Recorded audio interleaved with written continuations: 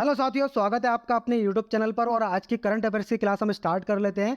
और आज का जो मुख्य विषय है वो है रेलवे कवच प्रणाली क्या है, कितना व्यय हुआ है इसमें और इससे क्या फ़ायदे होंगे। ये सारी चीज़ें आपको इस वीडियो में बताई जाएंगी।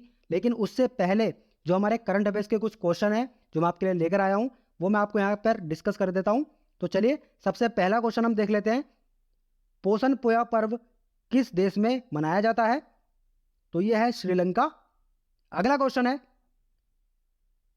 आक्रामकता का शिकार हुए मासूम बच्चों का अंतर्राष्ट्रीय दिवस किस तिथि को मनाया जाता है? तो ये होता है 4 जून को। आक्रामकता का शिकार हुए बच्चे, जैसे कि कुछ लोग हैं जिनके माता पिता सौतेले हैं या माँ सौतेली है या पिता सौतेले हैं, वो उनको प्रताड़ित करते हैं या किसी वजह से कम प्यार करते हैं या देखभाल सही से नहीं करते या फिर उनको दिक्कतें देते हैं। तो उन बच्चों के लिए 4 जून को आक्रामकता का शिकार हुए बच्चों को अंतर्राष्ट्रीय दिवस के रूप में मनाया जाता है। अगला क्वेश्चन है, 2 जून सन 2023 को शालीमार हावड़ा कोरोमंडल एक्सप्रेस किस स्टेशन पर एक मालगाड़ी के टकराने से पलट गई जिसमें सैकड़ों लोगों की मौत हो गई? तो यह है बैनागा स्टेशन, उड़ीसा में। अगला क्वेश्चन है, हाल ही में Steel Authority of India Limited SAIL के नए अध्यक्ष और प्रबंध निदेशक के रूप में किसने पदभार ग्रहण किया है?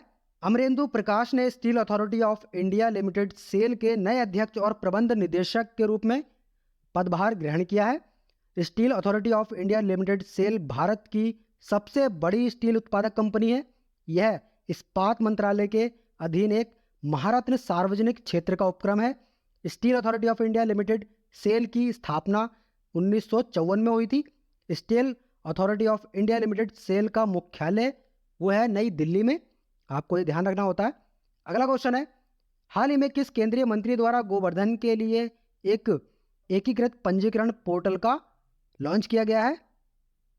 तो इसका सही जवाब है केंद्रीय जल शक्ति मंत्री गजेंद्र सिंह शेखावत द्वारा गोवर्धन के लिए एक एकीकृत पंजीकरण पोर्टल लॉन्च किया गया है। यह पोर्टल इंडिया स्तर पर बायोगैस सीबीजी क्षेत्र में निवेश और भागीदारी का आकलन करने के लिए वन स्टॉप रिपोजिटरी के रूप में कार्य करेगा।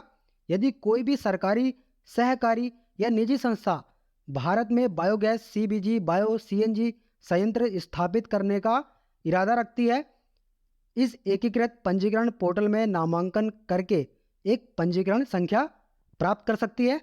अगला क्वेश्चन है, हाल ही में यूजीसी मानित विश्वविद्यालय संस्थान विनिमय 2023 किसके द्वारा जारी किया है? केंद्रीय शिक्षा और कौशल विकास मंत्री धर्मेंद्र प्रधान ने शुक्रवार को UGC deemed to be university विनिमय सन 2023 जारी किया।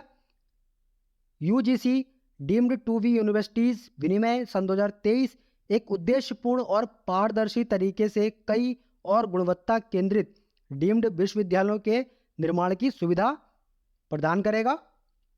अगला क्वेश्चन है, हाल ही में विश्व मौसम विज्ञान संगठन की पहली महिला महासचिव के रूप में किसे नियुक्त किया गया है? संयुक्त राष्ट्र के विश्व मौसम विज्ञान संगठन ने अर्जेंटीना की मौसम विज्ञानी सेलेस्ते साउलो को अपना महासचिव नियुक्त किया है और वह इस पद पर नियुक्त होने वाली पहली महिला हैं। साउलो सन 2014 से अर्जेंटीना की राष्ट्रीय मौसम विज्ञान सेवा की निदेशक के रूप में कार्यरत हैं।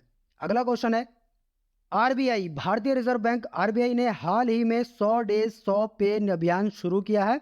100 डे 100 पे अभियान शुरू किया है, जिसका उद्देश्य 100 दिनों की अवधि के भीतर हर जिले में हर बैंक के शीर्ष 100 अनब्लेम्ड डिपॉजिट का पता लगाना और निपटारा करना है। अगला क्वेश्चन है, पर्वतारोहण का कोर्स पूरा करने वाली पहली महिला एनसीसी कैडेट कौन बनी है? तो यह है शालिनी सिंह। अगला क्वेश्चन है, किसने सिटीज यानी कि city investments to innovative integrate and sustain परियोजना के दूसरे चरण को मंजूरी दे दी है? तो यह है केंद्र सरकार। अगला क्वेश्चन है, हाल ही में नाटो का आर्कटिक सैन्य अभ्यास कहाँ आयोजित किया गया था? तो यह हुआ था फिनलैंड में। अगला क्वेश्चन है, भारत की पहली डीलक्स ट्रेन का क्या नाम है जिसने हाल ही में अपनी 93वीं वर्षगांठ मनाई है यानी कि 93? भारत की पहली डीलक्स ट्रेन प्रतिष्ठित डेक्कन क्वीन ने हाल ही में पुणे और मुंबई के बीच परिचालन की अपनी 93वीं वर्षगांठ मनाई है। 1 जून 1930 को इसकी उद्घाटन यात्रा ने great Indian peninsula GIP railway के इतिहास में एक महत्वपूर्ण क्षण को चिन्हित किया है, जो मध्य रेलवे के पूर्ववर्ती था। डेक्कन क्वीन को मुंबई और पुणे के दो महत्वपूर्ण शहरों की सेवा के लिए पेश किया गया था, जिसका नाम पुणे से लिया गया था, जिसे डेक्कन की रानी के रूप में भी जाना जाता है। अगला क्वेश्चन है, रेलवे कवच प्रणाली क्या है? भारत में ट्रेन संचालन सुरक्षा में सुधार की दिशा में रेल मंत्रालय द्वारा एक स्वदेशी स्वचालित ट्रेन सुरक्षा कवच के विकास के साथ एक महत्वपूर्ण कदम उठाया गया है। ओडिशा के बालासोर जिले में हुई एक घटना के बाद, जिसके परिणाम स्वरूप जीवन और चोटों का दुखद नुकसान हुआ, कई लोग सवाल कर रहे हैं कि क्या कवच प्रणाली टकराव को रोक सकती है। हालांकि यह स्पष्ट नहीं है कि दुर्घटना में शामिल कोई भी ट्रेन तकनीक से लैस थी या नहीं। इस समय सब कुछ जो है वो अटकलों पर छोड़ दिया गया है, क्या था क्या नहीं था, लेकिन जो भी नुकसान हुआ है भारतीय रेलवे और भारत के लोगों को, वो तो वहीं पर है। कवच एक लागत प्रभावी समाधान है जिसे सुरक्षा अखंडता स्तर 4 SIL 4 के साथ सब प्रमाणित किया गया। त्रुटि की अविश्वसनीय रूप से कम संभावना, यानी कि 10,000 वर्षों में एक त्रुटि हो सकती है, के साथ उच्च सुरक्षा मानकों को सुनिश्चित करता है। कवच पर कितने रुपए की लागत आई है बनाने में, या बनेगा जितने रुपए में भी, तो वह है व्यय। देख लेते हैं इसका कितना व्यय है। कवच परियोजना पर कुल खर्च 16.88 करोड़ मार्च सन 2024 की अनुमानित समाप्ति तिथि के साथ नई दिल्ली हावड़ा और नई दिल्ली मुंबई खंडों पर सिस्टम के रोल आउट का अनुमान है। आगे का जो विस्तार है वो उसके बाद में पता चलेगा कि इसका कितना और हो सकता है। ठीक है दोस्तों, तो यहाँ पर हम कुछ ऐसे प्रणाली की बात कर लेते हैं जो दूसरे देशों में अपनाई जा रही हैं। तो यहाँ पर है सेंट्रलाइज ट्रैफिक कंट्रोल CTC, जो कि उत्तरी अमेरिका में इस्तेमाल होता है जिससे ट्रेनें आपस में ना टकराएं। और दूसरा है ETCS, यानी कि European train control system, Europe में उपयोग की जाने वाली एक प्रसिद्ध मानकीकृत प्रणाली है जो अपने लक्ष्यों को प्राप्त करने के लिए सिग्नलिंग, संचार और ट्रेन नियंत्रण तकनीक का उपयोग करती है। यूनाइटेड किंगडम में भी ऐसा कुछ है, protection and warning system TPWS जिसका नाम है। तो भारत में भी ये होने जा रहा है, लेकिन अगर ये सारी चीज़ें पहले हो जाती तो बहुत अच्छा होता। बहुत सारे लोग जो मारे गए हैं, जो घायल हुए हैं, जिन्होंने अपने परिवार को खो दिया है, उनके साथ ऐसा नहीं होता। पता नहीं सरकार क्या कर रही है, सबसे बाद में ही सारी चीज़ें लागू करती है। साथियों, आपसे मैंने कल एक क्वेश्चन पूछा था जिसका जवाब आपको देना था कमेंट बॉक्स में। हाल ही में किस शतरंज चैंपियन ने सन 2023 सुपर बैट रैपिड और ब्लिट्स पोलैंड जीता है? तो वो हैं मैग्नस कार्ल्स।